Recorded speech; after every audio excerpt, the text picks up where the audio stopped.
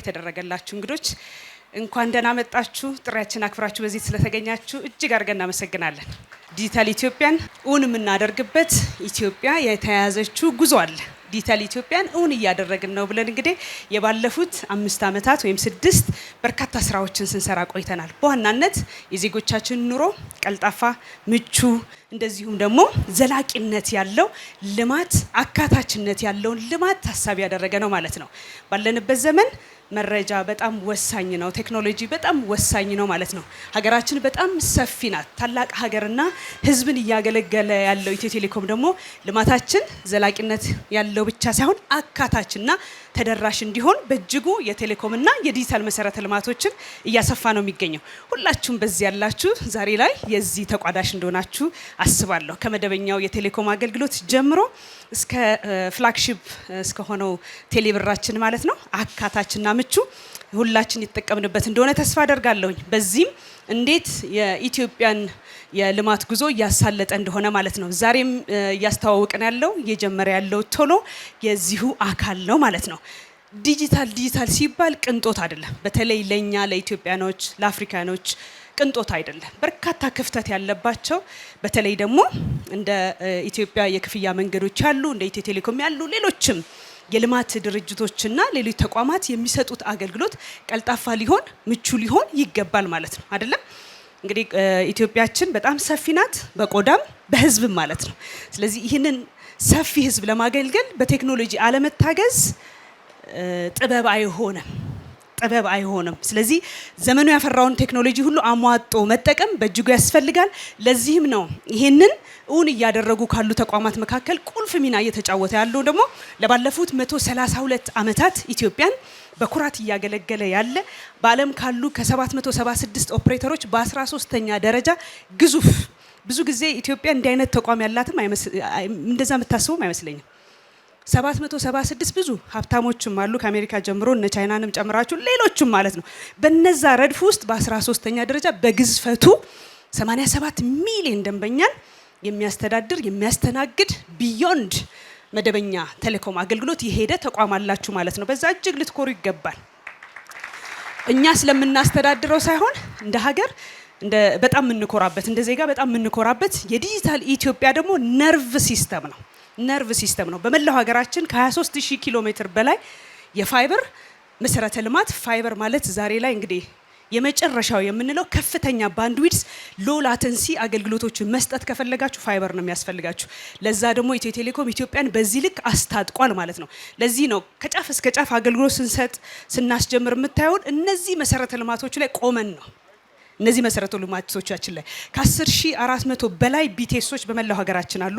አሁንም እያስፋፋ እንቀጥላለን። እዚህ ላይ የምታዩት ጉዞ በተለይ ደግሞ በሀገራችን በባለፈው ከ2018 ጀምሮ የነበረው ናሽናል ሪፎርም በሚገባ ተቀላቅሎና ኦፖርቹኒቲ አድርጎ ወስዶ በርካታ አገልግሎቶችን ከ4G ጀምሮ 5G ያለ ክላውድ ዛሬ ላይ ቶሎን ስናስጀምር ሌሎችም ሰርቪሶች ሲመጡ እነዚህ ኢንፍራስትራክቸሮች ላይ ቆመን ነው ፍጥነቱን ወይም አክሰለሬት እያደረግን ያለ ነው የሪፎርሙን ማለት ነው። ስለዚህ በዚህ መሰረት እንደምታዩት ዛሬም ከዚህ ቀደምም እንግዲህ አንዳንድ ጊዜ በየጊዜው እንዴት ነው ሰርቪስ የምታወጡት ይላሉ አንዳንድ አካላት። መጀመሪያ የቤት ስራችን ፋውንዴሽን የምንለውን ሰርተን እየገነባን እሱን እያዘመንን ዘላቂነት እንዲኖረው አስተማማኝ እንዲሆን በርካታ ስራዎችን እየሰራን በነዛ ላይ ሰርቪሶችን እያመጣን እንገኛለን ማለት ነው። ኢትዮ ቴሌኮም ግልጽ የሆነና ቁልጭ ያለ ዲጂታል ኢትዮጵያን እውን የሚያደርግ የራሱ ደግሞ በየ3 ዓመቱ ተግባራዊ የሚያደርጋቸው የሚዘረጋቸው ስትራቴጂዎች 2 ስትራቴጂዎችን በስኬት አጠናቀን አሁን 3ኛውን ደግሞ እንደዚሁ ኔክስት ሆራይዘን ብለን በኢትዮጵያ ብቻ ሳይሆን ቢዮንድ ኢትዮጵያ ማርኬት ማለት ነው። ይህንን በኢትዮጵያ ያየነውን ተስፋ የዲጂታል ተስፋ በሌሎችም የአፍሪካ ሀገራት እንደዚሁ ለማስፋት ስራዎች ጀምረናል። እንደምታውቁት ሚዲያ አጋሮቻችን በተለያየ ጊዜ መረጃ እንደሚያደርሷችሁ ሁሉ በዛ ዙሪያ ላይም ሰፊ ስራ እየሰራ ነው። በዚህ ስትራቴጂና ግልጽ በሆነ ራዕይ በርካታ ስራዎችን እየሰራ እንገኛለን። ስለዚህ ቀደም ብላችሁ ከምታውቁት በተለይ ከ5 ከ6 ዓመት በፊት ስትገለገሉበት ከነበሩ አገልግሎቶች ያለፈ ቢዮንድ ኮኔክቲቪቲ የምንለው ዛሬም ላይ በይፋ የምናስጀምረው ቶሎም የዚህ አካል ነው። ቢዮንድ ኮኔክቲቪቲ ማለት ኮሚኒቲን ኢምፓወር ማድረግ ኢንተርፕራይዞችን ኢምፓወር ማድረግ ገቨርንመንትን ኢምፓወር ማድረግ ነው። በቴክኖሎጂ ስንል እንግዲህ ከመረጃ ጀምሮ የምንሰጠው አገልግሎት ግልጸኝነትን የተላበሰ አካታች ተደራሽ እንዲሆን እንደዚሁም ደግሞ ወጪ ቆጣቢ እንዲሆን ያስችላል ማለት ነው። ስለዚህ ኢንተርፕራይዞቻችን ኢምፓወር እያደረግን ነው። ዛሬም የኢትዮጵያ የክፍያ መንገዶች ኢንተርፕራይዝንም እንደዚሁም ኢንተርፕራይዝ እያደረግን ነው፣ ኢምፓወር እያደረግን ነው። እናንተም ለሰጣችሁን እድል ስላጋርነታችሁም ከልብ እናመሰግናለን። ራዕዩን እውን ለማድረግ ተቋማት ፈቃደኛ መሆን ያስፈልጋቸዋል። ራዕዩ ምለው የዲጂታል ኢትዮጵያን ጉዞ ማለት ነው። ዲጂታል ኢትዮጵያ በውስጡ በርካታ ጉዳዮችን የያዘ በተለይ እንዲህ አይነት ተቋማት ለዜጎች የሚሰጡት አገልግሎት ቀልጣፋ ሊሆን ይገባዋል፣ ወጪ ቆጣቢ ሊሆን ይገባዋል።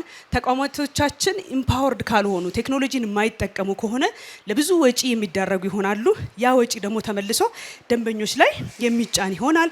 እንደዚሁም ደግሞ በቴክኖሎጂ ካልታገዙ ረዘም ያለ ጊዜ ይወስዳል፣ ኤፊሽንት አይሆኑም ማለት ነው። ይሄን ቅንጦት አይደለም የምንለው ለዚህ ነው ማለት ነው። ስለዚህ በተለይ ደግሞ ቅድም ሲጠቀስ እንደሰማችሁት ኢንተርፕራይዙ እያስተናገደ ያለው እንግዲህ ከ32000 በላይ መኪኖችን በቀን ያስተናግዳል ማለት እነዚህን በአግባቡ ለማስተናገድ በቴክኖሎጂ መታገዝ በእጅጉ አስፈላጊ ነው ማለት ነው። ስለዚህ አሁን የጠቀስኳቸውና መሰል ወደፊትም ይዘን የምንመጣቸውን ሌሎች የዲጂታል ሶሉሽኖች በትራንስፖርት ዘርፉ ብቻ ሳይሆን በሌሎችም ማለት ነው ኢትዮ ቴሌኮም በገነባው እንደዚህ የምታዩት ከታች የምታዩት ቀደም ብዬ ስጠቅስላችሁ የነበረው የፋይበር ኢንፍራስትራክቸራችን ትራንስሚሽን የምንለው ቢቲኤሶቻችን የመሳሰሉት እንደዚህ ወደ ላይ ደግሞ እነሱ ላይ ቆመን ክላውድን አምጥተናል። ክላውድ ደግሞ በፈጠነ ጊዜ ዴቨሎፕ የምታደርጓቸውን አፕሊኬሽኖቻችሁን እዚህ ላይ ሆስት ለማድረግ የሚያስችል ነው ማለት ነው። ዘመኑ የዴታ ብቻ አይደለም የኤአይም ነው። ኤአይ ኢነብልድ የሆኑ በርካታ አፕሊኬሽኖችን ሶሉሽኖችን እዚህ ኢንፍራስትራክቸር ላይ ይሄ ኢንፍራስትራክቸር በነገራችን ላይ ኢትዮ ቴሌኮም ኢንቨስት እያደረገ እየገነባ እያስተዳደረው ያለ ቢሆንም የኢትዮጵያ ነው። የአንድ ተቋም አድርጋችሁ እንዳትወስዱት፣ የመላው የኢትዮጵያ ነው። እዚህ ላይ ቆመን ነው የግል ተቋማት የሰሩትን አፕሊኬሽን አምጥተው ሆስት የሚያደርጉት ኮኔክት የሚያደርጉት ለዜጎች ተደራሽ የሚያደርጉት እንደዚሁም የመንግስት ተቋማትም ጭምር ማለት ነው። ይህ መሰረተ ልማት ባይኖር ኖሮ ስለ ዲጂታል ኢትዮጵያ ማውራት አንችልም። መሰረተ ልማት የሚለውን ቃል በጣም ነው የምወደው። መሰረት ነው። እዛ መሰረት ላይ ቆመን ነው ስለ ቶሎ የምናወራው። ይሄ መሰረተ ልማት ባይኖር ኖሮ ቴሌብር የለም። ይሄ መሰረተ ልማት ባይኖር ኖሮ 87 ሚሊዮን ደንበኛ የለም፣ 4G የለም፣ 5G የለም፣ ሰርቪስ። እነዚህን መሰረተ ልማቶች ግን በኃላፊነት በቅልጥፍና እንደዚሁ ማስፋት፣ ማስተዳደር፣ ማዘመን፣ ደህንነታቸው ማስጠበቅ ያስፈልጋል። ለዚህ በጣም የተደራጀ ከፍተኛ ኢንቨስትመንት የተደረገበት የኢትዮ ቴሌኮም አደረጃጀትና ስርዓት አለ ማለት ነው። ከዚህ ከላይ የምታዩቸው እንግዲህ ሰርቪሶች ዛሬ ስማርት ሞቢሊቲ የምንለው ኢቪ ቻርጂንግ ስቴሽን ስንል በቀላሉ እንግዲህ ክላውዱ ሲስተሙን ሆስት አድርጓል፣ ፋይበሩ ኮኔክት አድርጓል፣ ቴሌብር ክፍያውን አሳልጧል። ደንበኞች በቀላሉ ሄደው ማንም ሰው ሳያግዛቸው ማለት ነው ዲስፔንሰሩን ስካን ካደረጉ በኋላ ይነቅላሉ፣ አለቀ፣ ቻርጅ ያደርጋሉ፣ ራሳቸውን አስተናግደው ይሄዳሉ። ስማርት ሲቲዝን መገንባት ማለት ወይም ዲጂታል ሲቲዝን ማለት ይሄ ነው። ዲጂታል ፈርስት ማለት ራሱን ያስተናግዳል ማንንም ሳይረብሽ አይደለ፣ ስልጡን ማለት ነው። አለቀ። ስማርት ሞቢሊቲ ስንል እንግዲህ ቴሌብር ከመጣ ጀምሮ አይታችኋል፣ ፊውል በቴሌብር እንዴት እንዲሳለጥ እንደተደረገ ማለት ነው። ስለዚህ በትራንስፖርት ዘርፉ ዛሬም ቶሎ የዛ አካል ነው ማለት ነው። ይህ ኮሪደር የምናየው ቅድም ሲገለጽላችሁም እንደነበረው የኢትዮጵያን የኢኮኖሚ እንቅስቃሴ የሚያሳልጥ ነው። ስለዚህ ፍሰቱን ማሳለጥ፣ በቴክኖሎጂ ማገዝ፣ ደህንነቱን ማረጋገጥ በእጅጉ ያስፈልጋል። በተለይ በእኛ ዘመን ይህንን በቴክኖሎጂ አግዘን መሰረተ ልማቶቻችን ፔመንት ማሳለጥ ብቻ አይደለም፣ በከፍተኛ መዋለ ንዋይ የሚገነቡ ናቸው መንገዶቻችን አይደለም። መንገዱ ደህንነቱ መጠበቅ አለበት። ከመሰንጠቁም ድልድዩም ከመሰበሩ በፊት ቴክኖሎጂ ተጠቅመን ሴንስ ልናደርግ ይገባናል። ቅድም የጠቀስኩት እነዚህ መሰረተ ልማቶች ወይም የቴሌኮም መሰረተ ልማት በመላው ሀገሪቱ አለ ስንል በመላው ሀገሪቱ ያሉ ለምሳሌ ብሪጆቻችን ዳም ሊሆን ይችላል፣ ሌሎች መሰረተ ልማት መንገድን ጨምሮ ምን ማድረግ እንችላለን? እየተንቀሳቀሱ ነው ወይ? ሼክ አድርገዋል ወይ? አደጋ ከመድረሱ በፊት ድልድይ ተሰብሮ የሰው ህይወት ከመጥፋቱ በፊት ንብረት ከመባከኑ በፊት መኪና ከመገልበጡ በፊት ኢትዮጵያ አሁን በያዘችው በዚህ ኢንፍራስትራክቸር ተጠቅማ ሴንስ ማድረግ ትችላለች። ችግሩ ከመከሰቱ በፊት ችግሩን መፍታት እንችላለን። ሀብት ንብረት ህይወት ሳይባክን ማለት ነው። ያ ነው ስልጣኔ ማለት። ይሄ ቅንጦት አይደለም፣ በምንም መልኩ ቅንጦት ሊሆን አይችልም አይደለም። ስለዚህ ይሄን የመሰለ ስራ ልክ ቶሎን ለፔመንቱ ለማሳለጥ እንዳመጣ ነው። ከሌሎች ከሚመለከታቸው ስቴክሆልደሮች ጋር ደግሞ መሰረተ ልማቶቻችን በቴክኖሎጂ እንዲታገዙ ስራዎችን እየሰራን ነው። በቅርቡ ስናጠናቅቅ እሱንም ደግሞ እንደዚሁ የምናሳውቃችሁ ነው የሚሆነው ማለት ነውና ጉዟችን አሁንም የዲጂታል ኢትዮጵያን ትራንስፎርሜሽን እያፋጠንን ነው ቀጥሏል ስንል በምክንያት አስፈላጊ ስለሆነ በርካታ ገና ልንደርስበት የሚገባ ከዚህ ቀደምም ዲጂታላይዝ ያደረግነው ደግሞ አሁን ደግሞ የኤአይ ፊውቸርን ጨምሮ የተሻለ እንዲሆን የማድረግ እንሰራለን። በዚህም ዜጎቻችን የተሻለ አገልግሎት እንዲያገኙ እናደርጋለን ማለት ነው። ተገልጋዮች ሁሉም ማለት ነው። ስለዚህ ዛሬ እዚህ ኢንፍራስትራክቸር ላይ ቆመን ነው የሚለው በጣም አስፈላጊና ወሳኝ ስለሆነ ነው። እነዚህ ሁሉ ደንበኞች የምናስተናግደው ይህን አይነት መሰረተ ልማት ስላለን ነው በመላው ሀገራችን ማለት ነው። ምን ጠቀሜታ ያመጣልናል? የኢትዮጵያ የክፍያ መንገዶችን በቴክኖሎጂ ኢምፓወር በማድረጋችን አንደኛው ትልቁ ነገር የኢኮኖሚ እንቅስቃሴው ማሳለጥ፣ ደህንነቱ እንዲጠበቅ ማድረግ፣ ፍጥነቱ እንዳልነው ፍሰቱን ማሳለጥ በከፍተኛ ሁኔታ የኢኮኖሚ እንቅስቃሴው እናግዛለን ማለት ነው። ፕሮዳክቲቭ እንሆናለን ማለት ነው። ኤፊሽንት እንሆናለን ማለት ነው። ምንም ጥርጥር የሌለው ማለት ነው። ተቋማችን ኢንተርፕራይዛችን ኤፊሽንት ነው ማለት ሌሎች በዚህ የሚሰማሩ ሁሉ በዚህ ውስጥ የታቀፉ ሁሉ ኤፊሽንት የሆነ ሰርቪስ እንዲያገኙ ያስችላል ማለት ነው።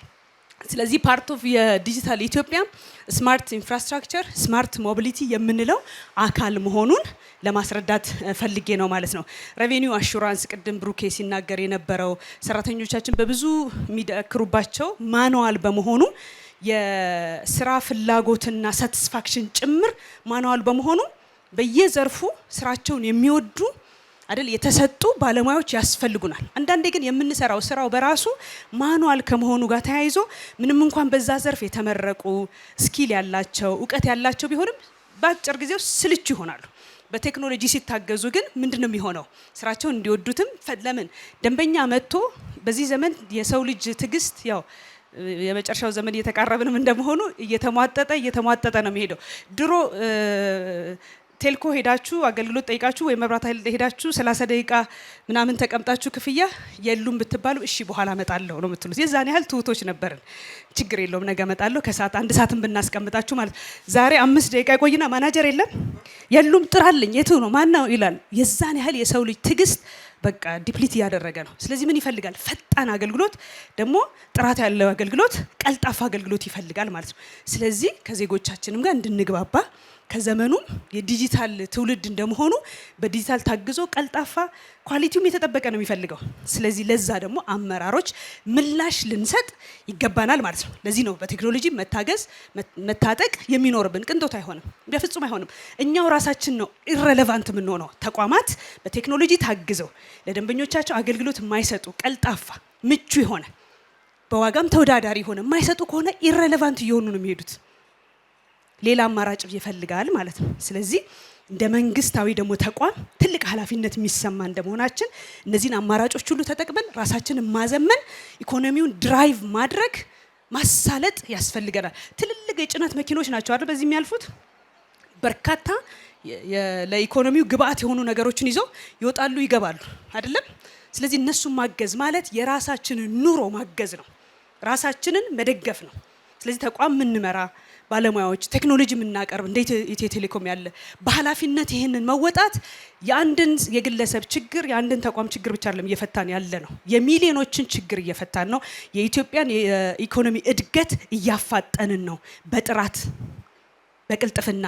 ስለዚህ ይሄን ታሳቢ ያደረገ ነው። ቶሎ ሲመጣ እንደው እኛ ብቻ ፈጥነን ደንበኛ ብቻ ስላለፈ ብቻ አድርጋችሁ አታስቡት። ከዛ ያለፈ እሳቤ ያለው ነው ብለን መውሰድ ያስፈልጋል ማለት ነው። ትራንስፓረንት የሆነ እንደዚሁም ገቨርናንስ እንዲኖረን ይረዳል። ከምንም በላይ ቅድም ታገል በጥሩ ሁኔታ ሲያስቀምጠው ነበረ። ዛሬ ይሄን አስጀመረን እንጂ ስኬል እናደርጋለን። እንዲህ አይነት ቴክኖሎጂ ሲኖር ጥሩ የሚሆነው ስኬል እያደረግን ደግሞ ነገም ዘመኑ የሚፈልገውን ደንበኞች የሚፈልጉትን በራያችን ውስጥ የተካተቱ በስትራቴጂያችን ውስጥ የተካተቱ ሌሎች ኢኒሼቲቮችንም እዚህ ላይ ቆመን አሁንም ዲጂታላይዝ እያደረግን እንቀጥላለን ማለት ነውና አላማው በግልጽ አምሹር የትራንስፖርት ሴክተር ላይ ያሉ ባለሙያዎችም ኃላፊዎች እዚህ ይታዩኛል። ትልቅ ጠቀሜታ እንዳለው እንደምትረዱ ተስፋ አደርጋለሁ። ተገልጋዮች ደግሞ በቀላሉ አሁን ለምደዋል። እውነቱን ለመናገር ቅድም ብሩኬ ስም ለመጥራትም ተቸግረ ስለነበር እኔ ብናገር ችግር የለውም። ቅርብ ጊዜ አይታችኋል፣ ቢሸፍቱ አዳማ ስማርት ሲቲ ገንብተናል። ከቢሸፍቱ ከተማ መስተዳደር እንደዚሁም ከአዳማ ጋር ሆነ ማለት ነው። ሶ በዚህ እንመላለስ ነበር።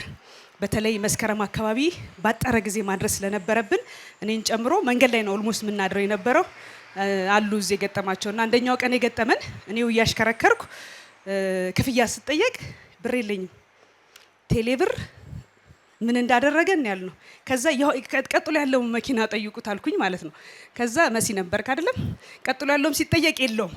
ከዛ ሶስተኛው አይ ቲንክ የተገኘው የሁላችንም እንከፈላለን የሌላውንም እንከፈላለን ማለት ነውና እንደሱ ገጥሞናልና ምን ሆናችሁ ነው ሁሌ ይባላል እና ዛሬ ደስ ብሎኛል። ኦነስትሊ ይጠይቃሉ ሌሎችም ፍሬ በዲጂታል ኢትዮጵያ ትራንስፎርሜሽን ጉዞሽ ራዕይሽ ውስጥ የለም ይሉኛል። አለ እየሰራንበት ነው እንላለና ከዛ ሁሉ ጥያቄ ስለሆነ ያዳናችሁኝ ዛሬ በመጀመሩ ማለት ነው። እንደዚህ በአጋርነት ስንሰራ የዜጎቻችንን ጥያቄ እንፈታለን እንመልሳለን ማለት ነው። የማይቻል የለም ብዙ ተችሎ አይተናል አይደለም። ሌሎቹንም ደግሞ በዚህ ላይ የጨመርን ደንበኞቻችንም እናረካለን ብዬ አስባለሁ። ስለዚህ በድጋሚ ስለ አጋርነታችሁ ከልብ እናመሰግናለን። ቅድም ክቡር አቶ ሙስጠፋ እንደተናገሩት ኢትዮ ቴሌኮም በሩ ክፍት ነው። ሌላም ስራ የለንም። ስራችን አንድና አንድ ነው። ኢትዮጵያን ዲጂታሊ ኮምፒቲቲቭ ማድረግ፣ ዜጎቻችን ምቹ ቀልጣፋ አገልግሎት ካሉበት ሆኖ ዝናብ ሳይደበድባቸው አቧራም ፀሐይም ሳይቀቃቸው እንዲያገኙ እንፈልጋለን።